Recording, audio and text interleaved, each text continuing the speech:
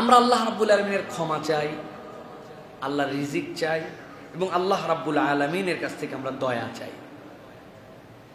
একদিন এক বেদুইন আসলো, আসার পরে নবী করিম সাল্লাল্লাহু আলাইহি সাল্লামকে বলল, ইয়া রাসূলুল্লাহ, আমাকে এমন কতগুলো ভালো কাজ শিখাই দেন যেটা আমি কন্টিনিউ করব। নবীজি সাল্লাল্লাহু আলাইহি সাল্লাম বললেন, ভালো কাজ শিখতে চাও, আসো।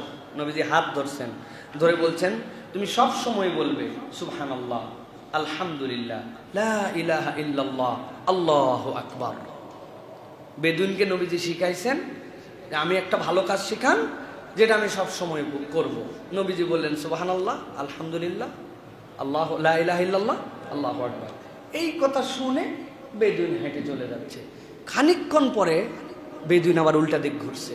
নবীজি দেখছেন যে ও ঘুরছে, সাথে সাথে নবীজি হেসে দিয়ে বলছেন, ওর মনের মধ্যে কিছু একটা উদয় হয়েছে যে এটা বলার জন্য এই বান্দা আবার আমার কাছে আসছে।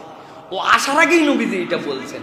ঠিক ঠিক ওই বেদুইন নবীজির কাছে আসছে, আসার পরে বলছে, ইয়া রাসূলুল্লাহ, আমি বললাম একটা ভালো কাজ শিখাই দেন, আপনি আমাকে সুবহানাল্লাহ, আলহামদুলিল্লাহ, লা ইলাহা ইল্লাল্লাহ, আল্লাহু আকবার শিখালেন।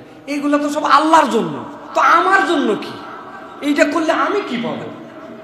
নবীজি হেসে দিছেন, দিয়ে আবার হাত ধরছেন, ধরে বলছেন, ঠিকই এগুলো আল্লাহর জন্য, কিন্তু যখন এই তাসবিহ চারটা বলার পরে কেউ আল্লাহর কাছে বলে আল্লাহুম্মা রযুকনি, আল্লাহুম্মা গফিরলি, আল্লাহুম্মা আরহামনি, হে আল্লাহ আপনি আমার প্রতি দয়া করেন, হে আল্লাহ আপনি আমার রিজিক দেন, হে আল্লাহ আপনি আমাকে মাফ করে দেন, আল্লাহ ওই বান্দাকে এই তিনটা জিনিস নসিব করে দেন। অতএব চলতে ফিরতে আমাদের ক্ষমা প্রাপ্তি, দয়া প্রাপ্তি, রিজিক প্রাপ্তি, এই তিনটা হলে আর কিছু লাগবে না।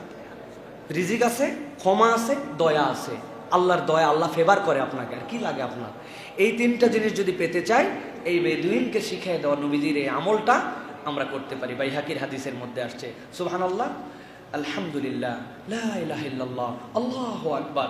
এটা পড়তে থাকবো, বলতে থাকবো, আর খানিকক্ষণ পরে বলবো, আল্লাহ তুমি আমাকে মাফ করে দাও, আমার রিজিক দিয়ে দাও, আল্লাহ তুমি আমার প্রতি দয়া করো। আল্লাহ বান্দাকে এটা নসিব করবেন।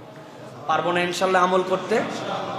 ফালতু কথা বলা, অযথা বিরোধের মধ্যে যাওয়া, হটকারী কথাবার্তা, এগুলো না বলে আমি যদি এইটা চলতে ফিরতে, দোকানদারি করতে, ব্যবসা করতে, কাজ করতে, রিক্সা চালাতে, ড্রাইভিং করতে, বাসের মধ্যে জ্যামে বসে আছি, সব জায়গায় এটা আমরা কন্টিনিউ করি। আল্লাহ রাব্বুল আমিন আমাদেরকে তৌফিক দান করেন।